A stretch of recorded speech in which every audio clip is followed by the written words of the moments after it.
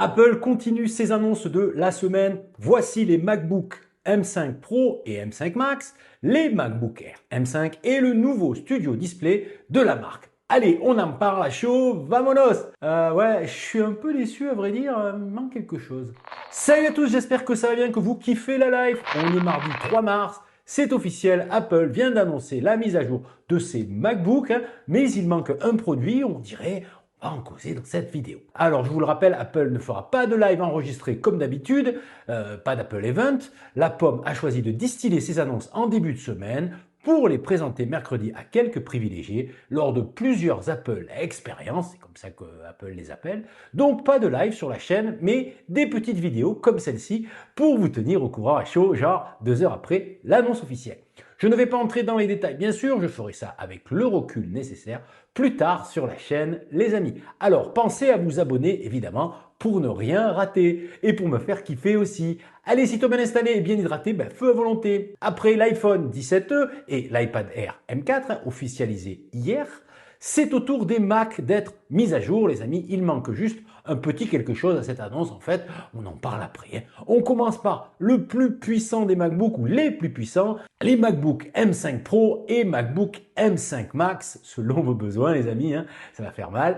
Et là, on est sur du MacBook de course, quand même, selon la configuration, bien sûr. Ce sont des puces ultra puissantes, comme on les aime, nous, les créateurs. Avec cette nouvelle génération, Apple nous réserve une surprise quand même de taille, la Fusion Architecture.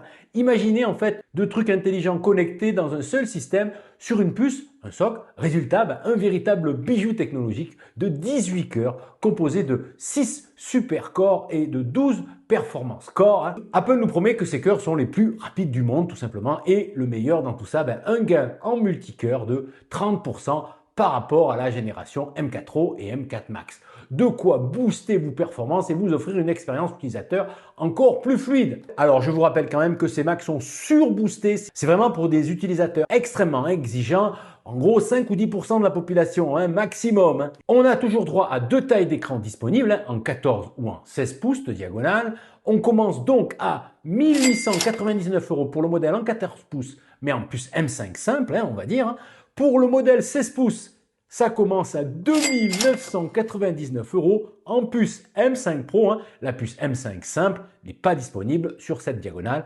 C'est dommage. Ça fait une somme quand même. Surtout si on veut booster le tout, on dépasse largement les 5000 €. Ça, c'est ouf quand même. À noter que les MacBook M5 Pro démarrent à 1 Tera de stockage, ça c'est la bonne nouvelle en base. Et la puce M5 Max, elle démarre en 2 Tera de stockage, c'est plutôt pas mal je trouve. Cette année, Apple mise sur le stockage, puisque je vous rappelle que le 17e aussi commence en 256 Go de stockage, c'est pas mal. Les MacBook M5 Pro et M5 Max sont aussi équipés de la puce réseau maison, la puce N1, avec bien sûr le Wi-Fi 7 et le Bluetooth 6 aussi. À ce prix, on va dire que c'est normal. Vous pouvez donc précommander le joujou si ça vous dit dès mercredi pour une dispo prévue le 11 mars. Allez, on passe au modèle qui sera plus adapté à la plupart d'entre vous, les amis, je pense. Je parle bien sûr du MacBook Air. Le nouveau joujou passe donc lui aussi à la puce M5 et ça envoie déjà du lourd. Presque 10 fois plus rapide que la puce M1, 4 fois plus rapide que la puce M4, presque 4 fois plus rapide que des PC portables équipés d'une puce Intel Core Ultra X7. Bon, c'est Apple qui le dit, mais on peut les croire quand même. On a toujours le choix entre 2 tailles d'écran, 13 ou 15 pouces, et 4 coloris disponibles, bleu, gris, argent, lumière stellaire et noir minuit. Vous pouvez aussi précommander le joujou dès mercredi pour une dispo prévue le 11 mars 2026. Au passage, Apple dévoile aussi un nouveau Studio Display, donc un grand écran de 27 pouces en 5K qui promet une révolution visuelle évidemment. Il remplace avec brio le modèle sorti en 2019. Déjà, oui. Ce moniteur est équipé d'un rétroéclairage mini LED avec plus de 2000 zones de local dimming offrant une luminosité impressionnante de 1000 nits en SDR et jusqu'à 2000 nits en pic HDR. Cerise sur le gâteau, il intègre enfin la technologie ProMotion, le 120 Hz, et prend en charge l'espace colorique Adobe RGB évidemment pour les créateurs, idéal pour les professionnels de la vidéo par exemple, ou de la création en 3D. Disponible à partir de 3499 € pied inclus, il devient l'écran référence chez Apple. Une option nano-texturée est également proposée à 3799 € pour ceux qui cherchent une finition encore plus raffinée.